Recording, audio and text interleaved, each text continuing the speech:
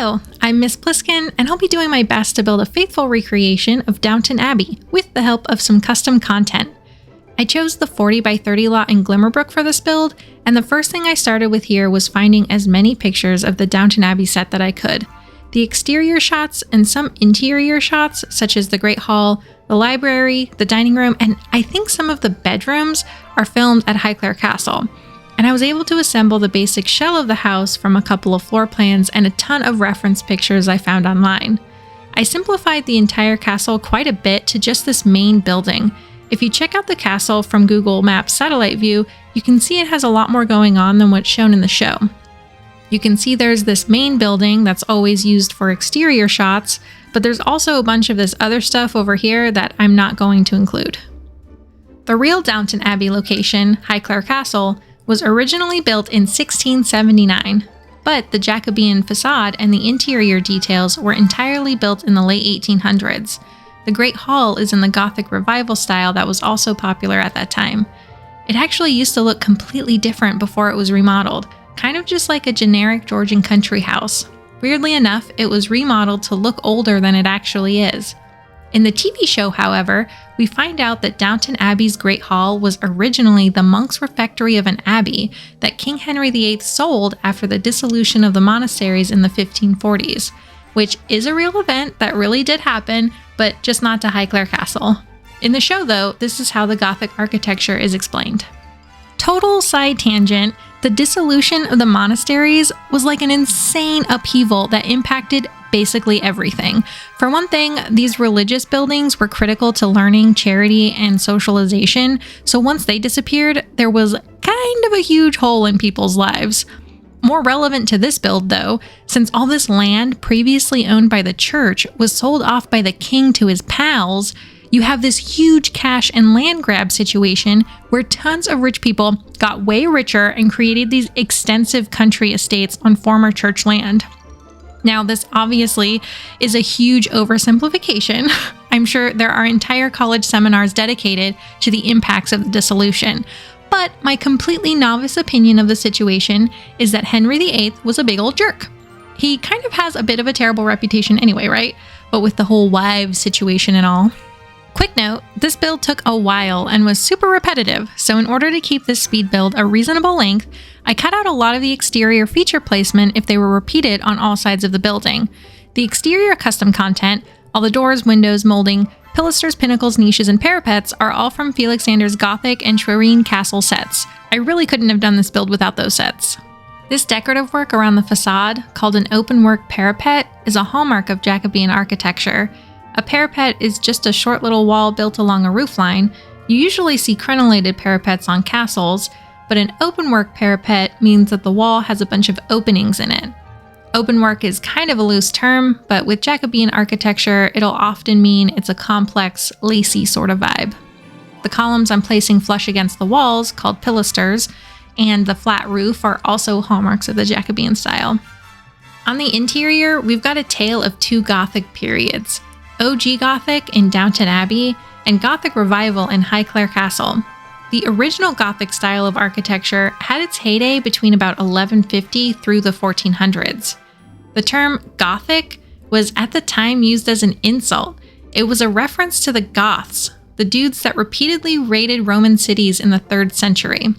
And by calling something Gothic, it basically was like you're saying, ugh, look how unrefined this building is.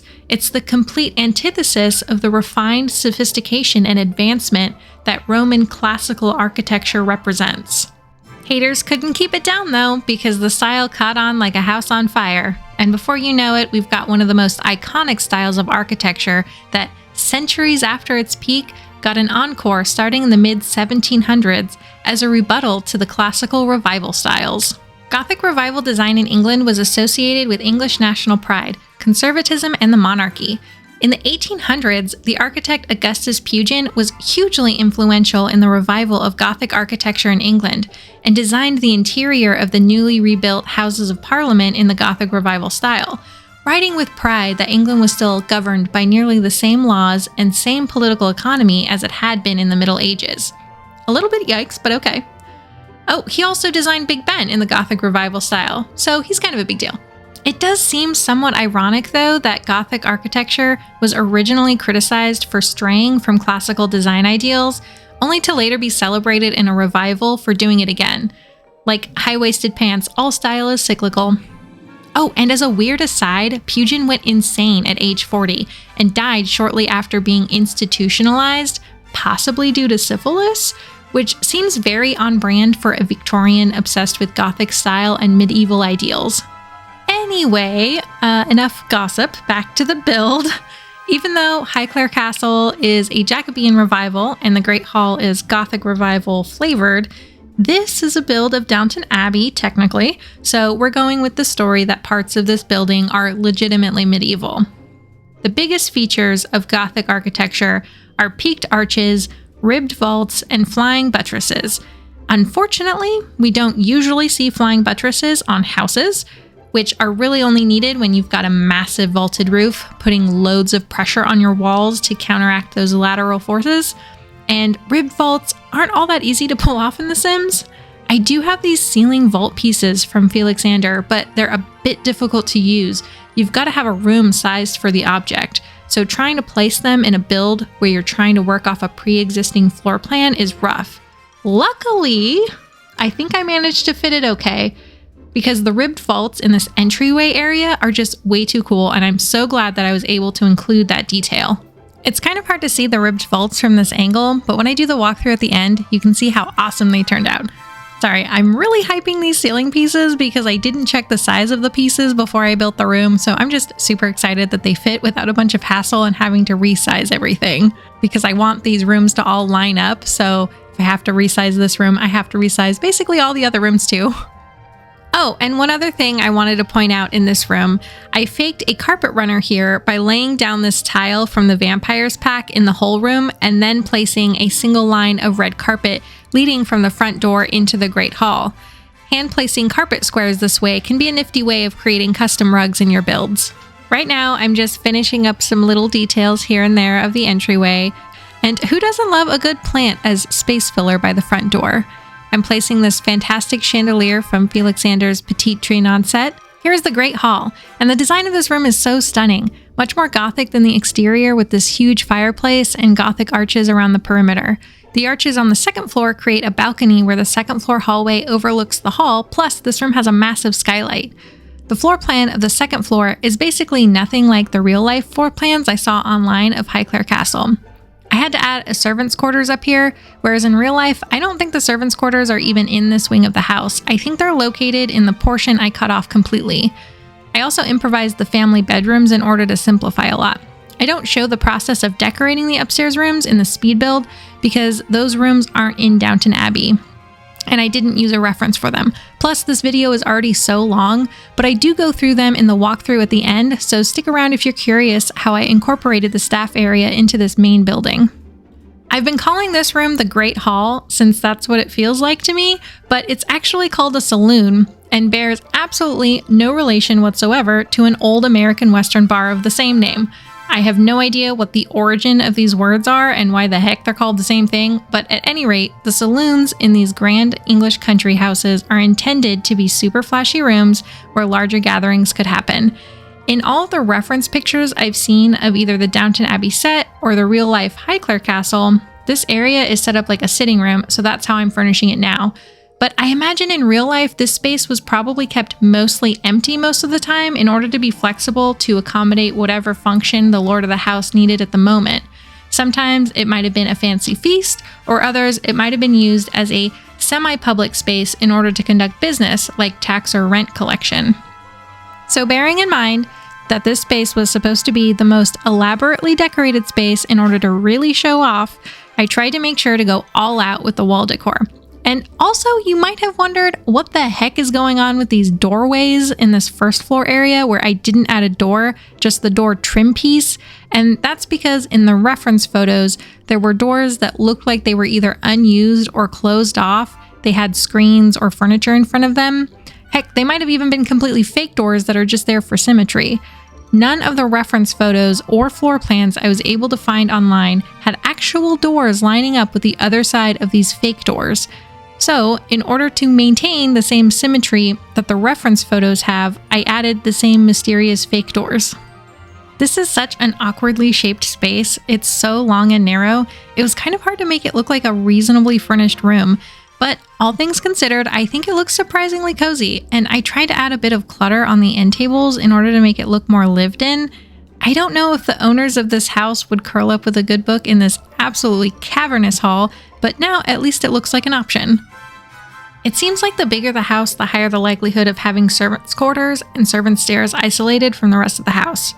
We wouldn't want our upper crust Sims having to mingle with the help. But in the show, the characters do make a big deal about the servants only using the back entrances and the servant stairs, so in this build, I made sure to accommodate that. The servants' quarters and the kitchen areas are sets and aren't shot at Highclere Castle, so it was a little bit difficult to incorporate those into this build as they're portrayed in the show. Plus, in the floor plans I found, those areas weren't located in this main building area. And since this build is already huge, I didn't want to put the kitchen and the servants' quarters in the basement, which would be the logical choice.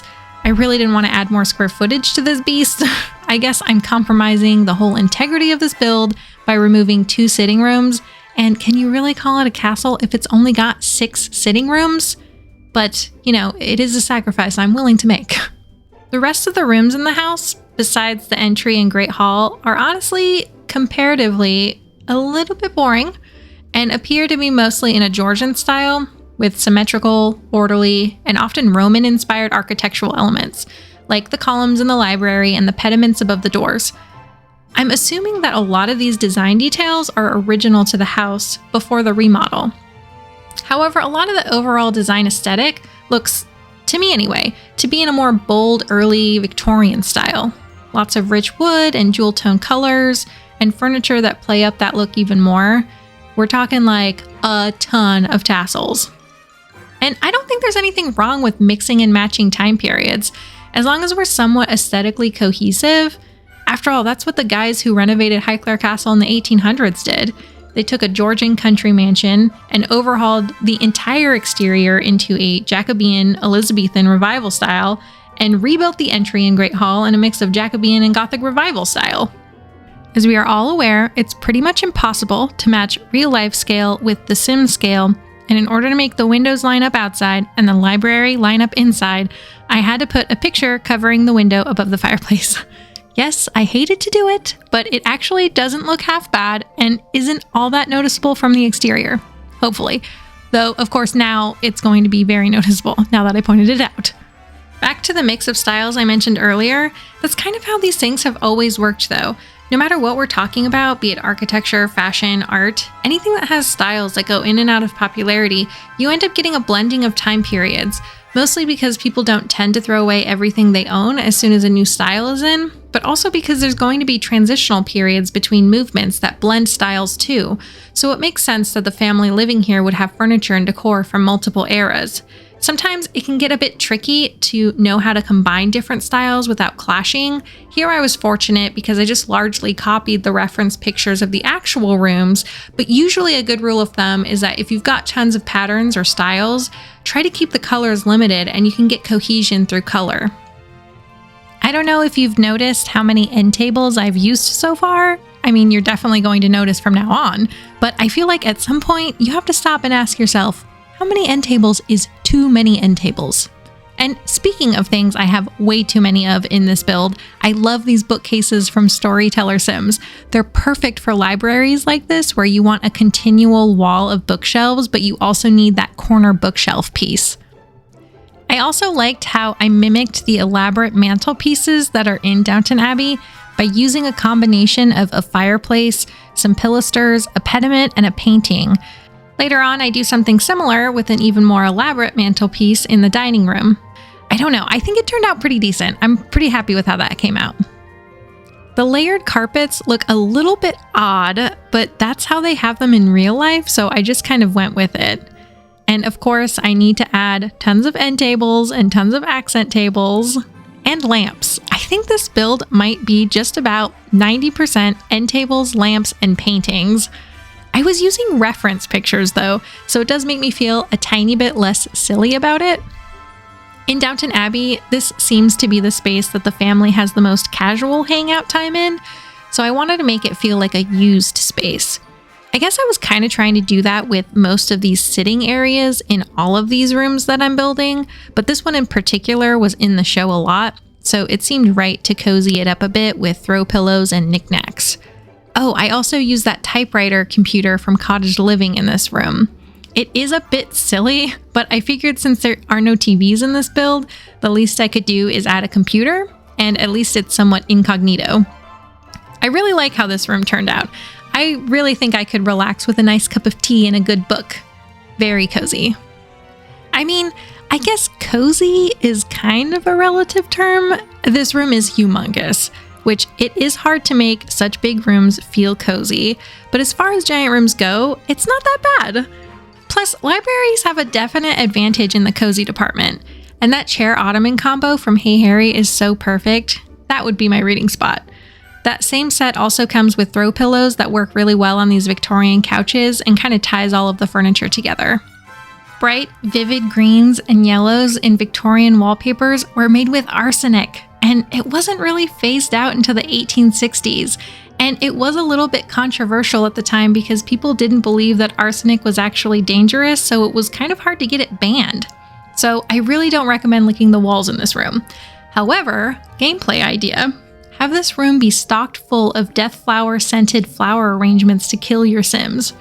How you do this, in case you didn't know, is you can make a flower arrangement, and then once it's complete, you can choose the option to scent with rare flower, and then choose the death flower. Giving this arrangement to a Sim will age them up, and once they age up to an elder, giving them the death flower scented arrangement again will kill them. A very fitting end to an arsenic-laden room, I think. Ways to kill your Sims aside, this is the drawing room, and would be used as a place for the ladies to gather after dinner away from the men. I'm not entirely sure why the men and women needed separate sitting rooms, but I'm wondering if these super rich people of ye olden days just had so many rooms and they didn't know what to do with them, so they just started making up random etiquette in order to justify the existence of having them. Why have a study, a library, and an office? I don't know. Don't ask. They just need them. Why have 16 different places to relax in front of a fire? Reasons, okay? Who knows? Either way, I tried to make all of these separate little living spaces feel actually lived in. Whether that was the reality of the situation or not, I have no idea. I don't know how you'd actually manage to accumulate so many frickin' knickknacks, but I did end up really liking this room. The green and pink colors went surprisingly well together and ended up matching the reference pictures I found pretty well. These little picture frames I'm placing now, I used so many times in basically every single room. And in all the reference photos I found, every surface was covered in picture frames, so I'm really happy I found these custom content photos by Storyteller Sims. Just off to the left-hand side of the drawing room, you can see a sliver of the music room. I didn't include this in the speed build in order to save on time because it's never featured in Downton Abbey, but I show the room in the walkthrough at the end. And surprise, surprise, it's another sitting area. But I included a piano and a chess table. This is the smoking room, another sitting room in our endless supply of sitting rooms. This one is intended as a space for men to gather, to smoke, and have a drink. The reference photos I saw for this room made it look like this room had a more casual, chill vibe. And I think it definitely looks less formal than the ladies' drawing room. I also thought that this was the perfect opportunity to use that globe-shaped bar, and I'm so glad we got that leather sofa in Cottage Living. It's not an exact match for the leather couch in this room, but it's pretty darn close. This build is huge already, so I didn't want to put the kitchen and servants' quarters in the basement, which would have been the logical choice since I had already decided not to include the other extended portion of this building. I just really didn't want to add more square footage at any cost, so a basement was not an option. What I did instead was I carved out this back corner adjacent to the smoking room for the kitchen, staff dining area, and the stairs to the servants' quarters. In the actual building, this area is yet another sitting room, a study, and an office, so I didn't really feel like I was losing out by moving the service areas to these rooms. Immediately adjacent to the smoking room is a butler's pantry because I felt like there needed to be a buffer space between the commotion of the kitchen and the fancy dudes smoking cigars after dinner. Now I'm just trying to clutter up the space, make it feel a little cozier by adding the pillows, the chairs, and the sofa. I also add this wooden screen, which is fairly similar to the screen in the real life room, so I'm pretty happy to find that. I, of course, have to add paintings to every available surface, no wall space left behind, and I add a bunch of clutter items to the fireplace mantle. I think I might have added a clock onto every single fireplace mantle in this build, but you know, that could be the case in the real life references too, so maybe I'm just not making that up. After I recorded the speed build, I realized I couldn't live with the dining room being completely disconnected from the kitchen. I modified the staff stairwell you see toward the top of the screen, and I added a hallway that connects that stairwell to the service corridor I have on the other side of the grand staircase. That corridor, in turn, connects to the kitchen, so that way the staff have a hidden route to deliver food to the dining room. The way I originally had this room simplified makes no sense. You'd never have a house like this built without a service corridor designed so that staff can move around discreetly. In the walkthrough at the end, I show how I modified this room to connect to the kitchen area directly. In the actual building, this side of the house extends a bit wider and contains a little nook where dishes can be immediately brought into the dining room. The kitchen in real life is in the basement, and there should be a little spiral staircase in this corner tower area in the lower right hand of the screen for food to be brought up and placed in that little nook. I added place settings on the table, which I think make the place look ready for an elaborate dinner party. It took me a while to center each plate directly in front of each chair, kind of a pain, but I think it was worth it. I think it looks nice. And like I did with all the other rooms, I just completely plastered the walls with paintings. It might look a bit bizarre in The Sims to have these fancy paintings totally crowding each other, but that is how they hung them up. It seems like any available wall space is immediately seized and something must be placed there. I imagine actually visiting Highclere Castle must be sensory overload. But of course, I'm adding more decor anyway. Now I'm just adding the final finishing touches to this room, some fancy curtains, and of course, that includes covering all of the remaining bare walls with paintings and a couple of mirrors. And that'll just about wrap up the dining room and this speed build. And now on to the walkthrough. I'm really excited to show you all of the rooms I didn't get to show you in the speed build. And here we are, Downton Abbey. We go straight into the front door, into the entryway, and here you get a much better view of those vaulted ceiling pieces. Through here is the North Library, and this leads us directly into the main library. And in real life, there's a hidden bookcase door in those bookcases straight ahead, and I didn't use any of the bookcase doors from The Sims because they wouldn't have matched at all, but I was so disappointed to not be able to include those because how often do you find a bookcase door in real life? Through here is the saloon, or the Great Hall as I've been calling it, and you can see it's got a big old skylight and tons of those peaked arches that exemplify the Gothic architecture style. Turning around, we entered the drawing room. This is the room that the ladies would retire to after dinner. You can get a better view of that ceiling rose and chandelier I added. And then through this door is the music room, and that's where that hidden bookcase door from the library would have led had I included it. Back through the drawing room, we can access the smoking room, and this is where the gentlemen would retire after dinner. You can see tons of leather furniture so as to not absorb any of that cigar smoke. And this is where I altered the floor plan, including a butler's pantry that leads into the kitchen and the staff dining room. And I tried to make this area look a little bit more rustic.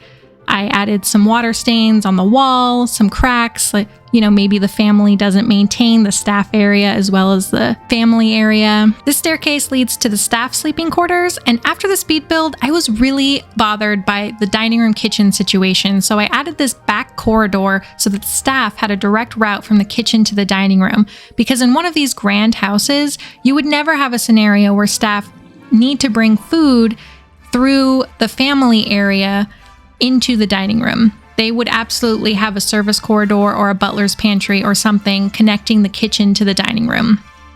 And I had this second staff staircase accessible from either that back corridor or this great hall so that staff had an easier time getting up to the second floor family rooms without having to use the grand staircase. Because like I said, staff weren't allowed to use the grand staircase. We can see a much better view of how this second floor hallway looks down into the Great Hall. And this door over here leads from the staff staircase I mentioned earlier, All of these bedrooms are arranged basically in a circle around this main hallway that surrounds this great hall. But I tried to give each room its own little personality. This is supposed to be the lady of the house. She has a slightly bigger room. She's got a nice little sitting room and a fancy chandelier and a ceiling rose. And it's also attached to a smaller bedroom and an ensuite. And that's largely how these houses would have been. They would have had separate suites for the husband and wife. In Downton Abbey, it was a little bit scandalous that her husband shared her bedroom. I'm not sure why that would be scandalous, but there you go. Just touring through the remainder of these bedrooms, I tried to give each one its own little personality. Each bedroom, I wanted to tell a little bit of a story about who occupied the bedroom. And if you noticed, there is no powder room on the first floor, so I wedged one in right here up at the head of the grand staircase. And if we go back down the grand staircase and we hang a right and turn around, this will take us into a vestibule buffer area from the family area to the staff area. And this leads to the staff stairs that lead to the staff sleeping quarters. And again, I wanted this to look a little bit more rustic, a little bit more rundown. Water stains and cracks on the walls of the bathroom. It looks a little bit poorly maintained. You know, the family maybe doesn't want to invest here. Despite the water stains and the cracks, I did want each staff bedroom to feel cozy and homey, and I tried to give each one its own personality and decor items and clutter in order to flesh it out a little bit and make it feel lived in. We can exit the staff area back the way we came through the Great Hall, and that's Downton Abbey. Let me know in the comments if you have any building or architecture style requests. If you're interested in art, architecture, and history, please consider subscribing. I have many more of these videos planned, and thank you so much for watching.